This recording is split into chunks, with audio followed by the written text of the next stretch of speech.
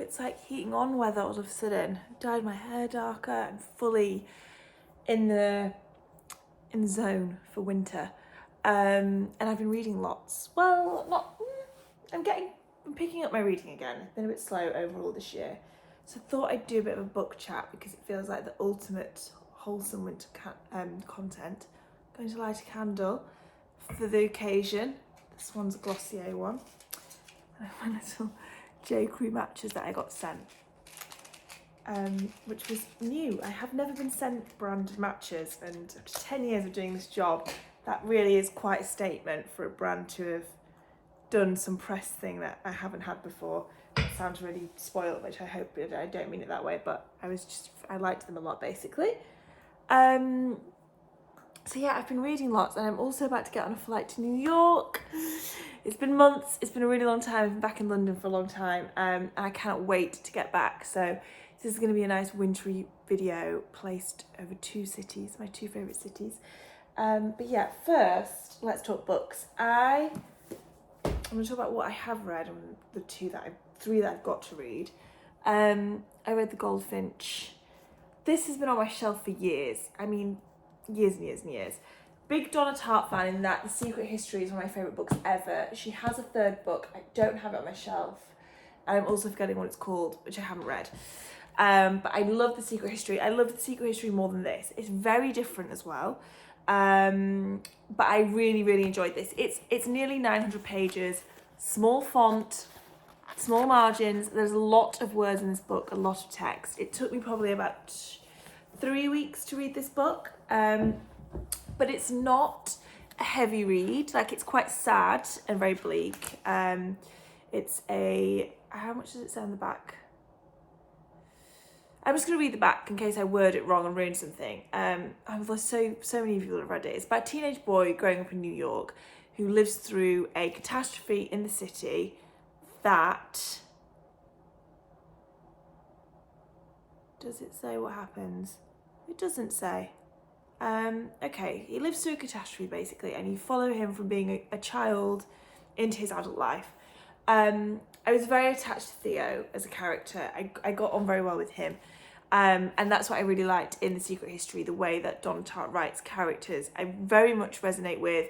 It gives me just the right amount of detail. I don't feel bogged down by details. I feel like I've got enough space to use my own imagination within the characters, but enough information to really attach to them.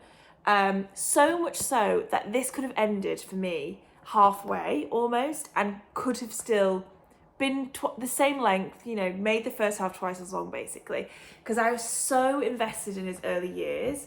He meets this friend who I just really enjoyed his character, Boris, and yeah, I enjoyed the second half, but it lost momentum for me a little bit, and there was points when I was like, oh god, it's just going to get really ridiculous, but it kind of always brought itself back from that, for me anyway.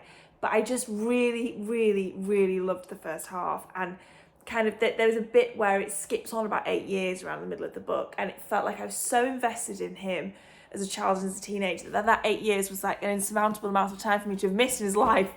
So that would be my only criticism of it. Not only, it's not one of my favourite books, but I really enjoyed it, and I'm really glad I read it and do recommend it. After getting through that ginormous book, I treated myself to a short book, which was The Guest Cat by Takashi Hiredi. I hope I've not mispronounced that name. Very wonderful and lovely and short, with very lovely big margins. So overall, not as many words by a long stretch. And it's about a couple in Tokyo who have a neighbourhood cat visit them, which is resonated very much with me and my own experience in this house and the house I lived in before, where I've been very lucky to always have a neighbourhood cat come and see me. And it just kind of transforms their relationship and transforms their lives and becomes a part of them as something in their life changes. And it was just really heartwarming. And the street that they live on, they call Lightning Street, and it like zigzags down with all these houses. And there's this passage in particular where it like describes the light moving through their house, which was so beautiful for such a short book. Like really captured that space, which I really loved. So that was great. And then I bought 3 books. I went away recently to Herefordshire and went to Hay-on-Wye, which is the town in the UK with the most bookshops in it. And they have a big book fair, and it's very famous if you like books. And I bought quite a few. I bought a few books, but 3 of them I'm going to talk about here. One of them was a Buffy the Vampire Slayer handbook, which I can't see. I've seen it. I'm going to get that in a second. But yeah, I bought 3 books. This one I've just started, and I am hooked. I'm at 50 pages in, and if this doesn't turn out to be brilliant, I'm going to be really disappointed because the start of it is so strong. It's called Time Shelter by Georgi Gospodinov, that sounds about right. And it won the International Booker Prize in 2023. So I'm just going to read the blurb because I haven't actually read it yet, so I can't do my own blurb. But it's about a man who is opening a clinic for the past that offers a promising treatment for Alzheimer's sufferers. Each floor reproduces a decade in minute detail, transporting patients back in time. But as the rooms become more convincing, an increasing number of healthy people seek out the clinic as a time shelter, hoping to escape from the horrors of our present. Love how it's written so far. Really like short, snappy chapters. And the introduction of the character who's called Ghosteen, who's opened the clinic. He's introduced in a way that really gripped me, and it's like this man initially trying to find him again in his life, and I'm already quite intrigued about what that character's going to do and about the whole idea of this time shelter and this clinic for the past. So I'm so praying that this gets off to a good start for a good reason. So the next one I have was a recommendation from my agent, and I haven't even read the blurb or the back of it. I just bought it entirely on a recommendation. And it sounds like it's going to be a wartime love story set in England. Yes, and then one of them gets called off to war by the sounds of things. Okay, I'm gonna take this to New York because I think I really fancy a page turner. I find it a lot harder to read when I'm in New York. It's like just way more overstimulating overall, and I find it very hard to like find that space to kind of really focus on reading. So sometimes having a bit of a page turner is exactly the thing you need. So the third one that I bought, which was longlisted for the Booker Prize in 2023, is A Study for Obedience by Sarah Bernstein, which is about a woman who moves to the northern country of her forebears. I don't know what country it's set in yet because I also haven't read this. Big font, big font, lovely, we like that. It feels very much on the outside, and some explicable events occur when she arrives, including a bovine hysteria, which sounds very inexplicable to me. And the blurb ends by saying that she fears that if the rumblings in the town gather themselves into a more defined shape, who knew what might happen, what one might be capable of doing. So that sounds good. Mostly got that because I quite liked the cover. and because it wasn't too big. This was when I was reading the Goldfinch, so everything was based on, well, I don't want another really long book for a while. I'm not opposed to reading long books, but I can't do them all the time. I don't know how people do them all the time, really. Anyway, that's my book update. I'm off to Barcelona tomorrow for work, and I've got a 4:30 pickup, and I'm already quite exhausted. If you couldn't tell by the way, I'm struggling to actually even read off the back of a book. So I am going to sit and read a chapter of that book until I can no longer keep my eyes open, and then take myself straight to bed. And I will see you guys again in New York, which I'm very excited about. I also hope you enjoyed this intro. They take so long to edit, those intros.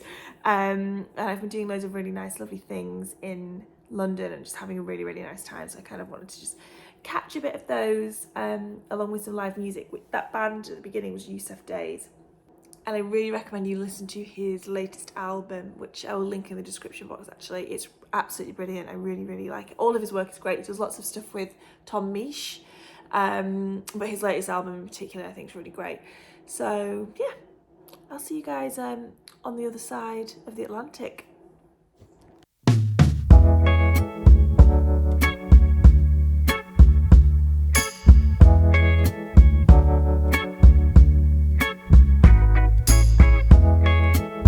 She was a sleeper, glad you found a dreamer. Boring life is sweeter, but bitter between her.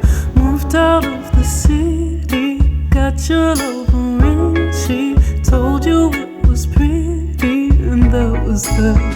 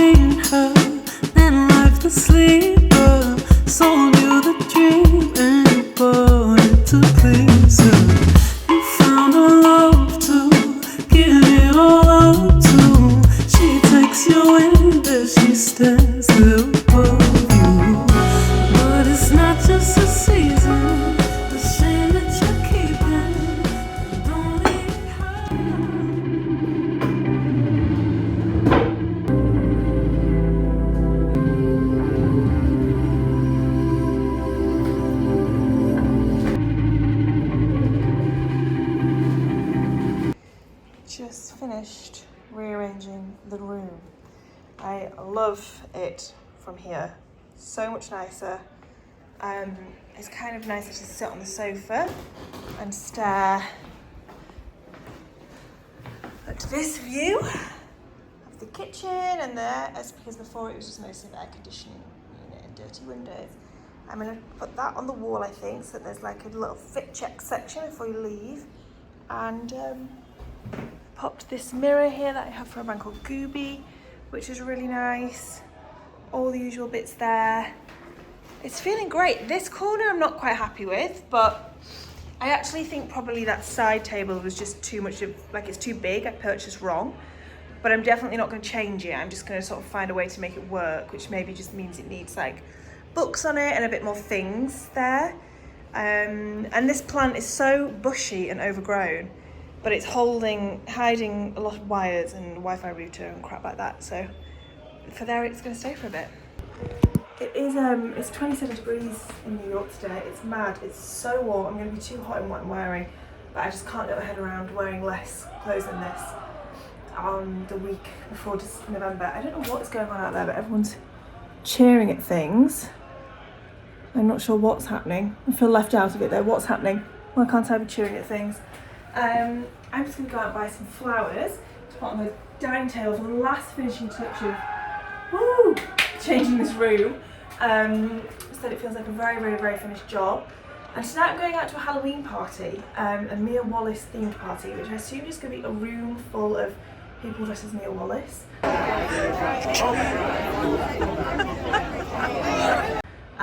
Which I think will be fun. I'm going with my friend Hannah. And until then, I'm just having a very nice, slow day. And I'm so happy to be back in New York. It's been a really, really long time coming. It's so nice to be back in the apartment. feel really fortunate that I've got here this like weekend of crazy weather because everybody's already out in it, and it's also Halloween weekend, and Americans, you love Halloween. You really love it. A lot more than us Brits do. So being here for Halloween is a real treat because you kind of get swept up in the craziness of it all.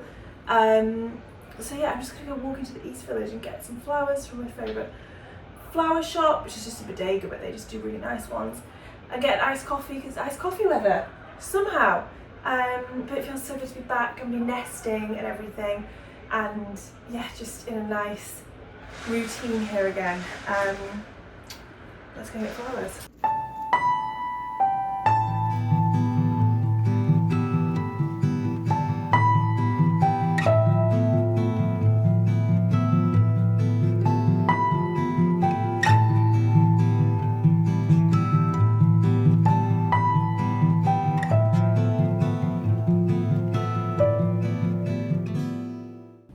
Sunday morning and I have an urge to go do a bit of shopping and get a winter coat. I think I've seen one that I really like in Assembly. I want like a two winter coats I want. I've got that like wax jacket one now from Free People. I want one like that. I want a brown leather vintage kind of like biker-esque one and a black wool one. 3 coats, which is quite excessive, but it's just how I'm feeling, so don't I don't want to be criticised for that. So I'm going to go get a coffee. It's nearly 11 and I haven't had a coffee yet, which is a mistake because I'm feeling oof. And go and have a look around some of the shops. Got my Free People sunglasses on, really like these. This jacket is from Dagmar. This really good tote bag I got from the Moment of the Day. Ray jeans, Dear Francis boots. I'm into it. I've just not got the right outerwear at the moment. That's why my outfits are not feeling quite right. So I'm gonna go and try and rectify that.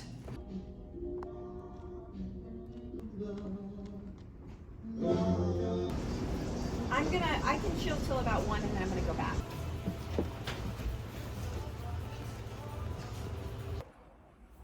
Hello guys. I am back home now. I got rained on. Got brew. I'm having the nicest Sunday. I can't tell you, I feel so content. Did some shopping, I got 4 things I'm gonna show you. So that vintage shop that I went in, that was called the Vintage Twin, it's on Grand and Orchard. And if you want vintage Levi's, I really recommend going in there. I've never been in before, walked past it so many times. And I've sort of been in the market for like a pair of darker wash denim. I'm wearing my Art Legacy 3rd cut ones to death and just I'm sick of seeing myself in them, so I can only imagine how you all feel. So yeah, went into this shop and you just literally say what kind of a fit you want, what colour, whatever. She didn't even take my size, she just looked at me. And then she gives you a couple to start with and asks you to come out and show her you wearing them. So maybe that'd be something some people are uncomfortable with. So bear that. I mean, she doesn't make you, but she's like, you're gonna get the best service if you do it.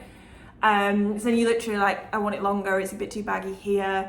I was being so picky and so specific. And anyway, she found a pair. I'm gonna try those on for you in a second. The non-trying things on that I got were a new notebook to journal in. That stationery shop I went in is called Goods for the Study. There's 2 of them in Manhattan and it's like one of the nicest stationery shops I've ever been to. I love it. I've had one of these notebooks before, the Midori ones, and I filled it up, so I wanted a new one, and I think it's one of my favourite ones I've had. It's so, oh yeah, I'm gonna sit and do some journaling. Just a really nice lined one. Take this little, has this like, kind of almost like tracing paper cover over it, which I'm sure my old one, it just ended up, oh yeah, there we go, you're not meant to keep that on. So simple, it's just this slightly like, what would be the phrase for that?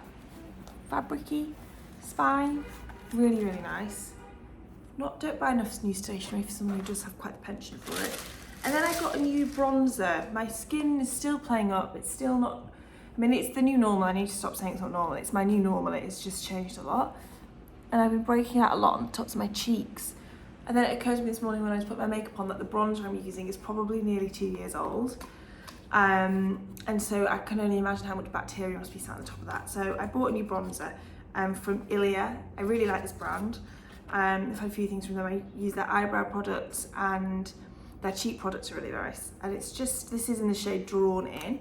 It's just a matte, not too dark bronzer. So I'm going to give that a go and see if that has been contributing at all to the skin. Right, and I bought a coat. I'm going to show you jeans and the coat now. Okay, so the jeans are vintage Levi's. No surprises there. I think I must have tried them about 10 pairs maybe. She had hundreds and hundreds and hundreds. So they're quite baggy and loose, which is still the style that I prefer at the moment. And I think in the long run, if I kind of tire of this style, at least they're all ones that I can wear as I like them now and then get them taken in.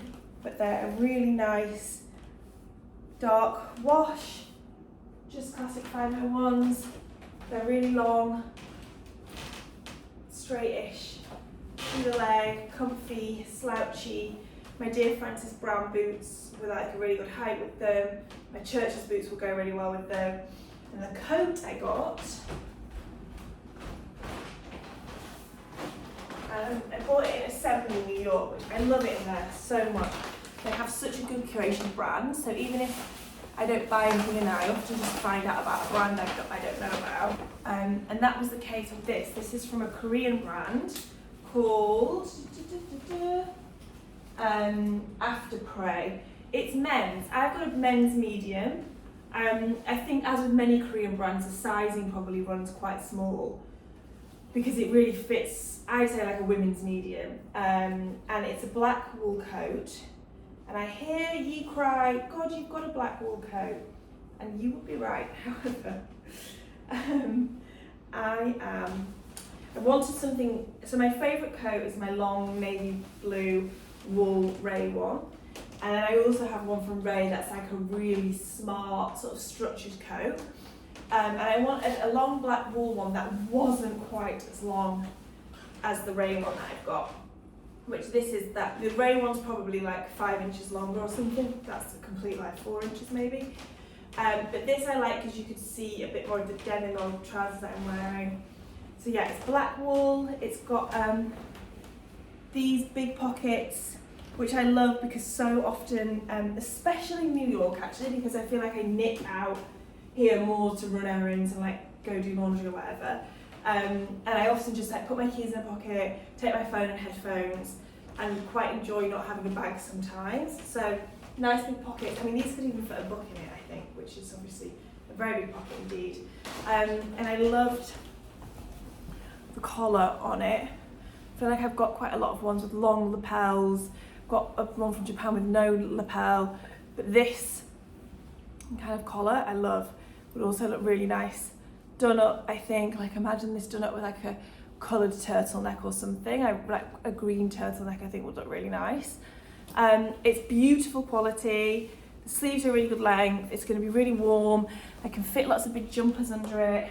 I'm really pleased with it. I did try it on maybe half a week ago and I've been thinking about it ever since. So it's been not an impulse buy, a bit of thoughts going into it, but I'm really, really pleased with it. It's so classic. Like I'm never ever going to tire of this, and I really, more than ever, I'm trying to only buy pieces that I know I'm not going to tire of, and I think I've been doing a pretty good job of it. Like I'm really happy with all the recent pieces that I bought, and I'm sure this is also going to be one that I just grow to love more and more and more. So yes, oh, it's just really nice quality wool. Is it 100% wool? Merino wool. Look how nice that is too. I'm going to bed in for a cozy afternoon. I'm going to journal, I'm going to listen to music, I'm going to watch crap on TikTok, I'm going to read. So thank you so much for watching this video. I really hope you've enjoyed it. I really liked making this one. I'm very happy to be back in New York, and I will see you in the next one.